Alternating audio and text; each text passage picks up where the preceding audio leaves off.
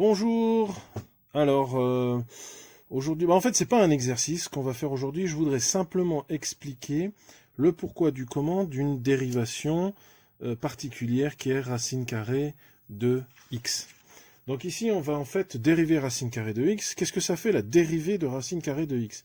Comme chacun sait, puisque tous les matins, nous nous entraînons à faire des dérivées, hop, on tue le point d'interrogation, c'est 1 sur 2 racine carrée de x.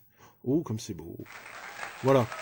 Donc, mais à moins de l'apprendre par cœur, ce qui est franchement parfois un petit peu rébarbatif, il faut le reconnaître, est-ce qu'on peut pas retrouver ça en utilisant des petites techniques? Et puis surtout, est-ce qu'on pourrait pas expliquer pourquoi on en arrive là? Ben si, en fait, il suffit simplement de connaître la dérivée fondamentale la plus importante qu'il faut savoir, la règle des dérivées le plus fondamentale, c'est x puissance n, dérivée donne n, x puissance n moins 1. D'accord? Donc, en partant de là, petite astuce, une racine carrée, c'est une puissance fractionnaire. Donc en fait, racine carrée de x, c'est x puissance 1 demi. Maintenant, ok, tout le monde a compris, tout le monde voit où je veux en venir.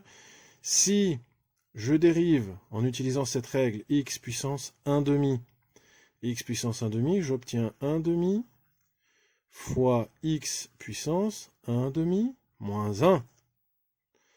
Donc j'obtiens 1 demi fois 1 demi moins 1, 1 c'est 2 sur 2, donc ça fait moins 1 demi.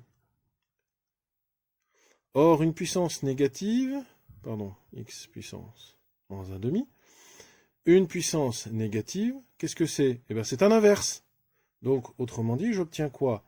1 demi fois x puissance moins 1 demi, c'est-à-dire 1 sur x puissance 1 demi.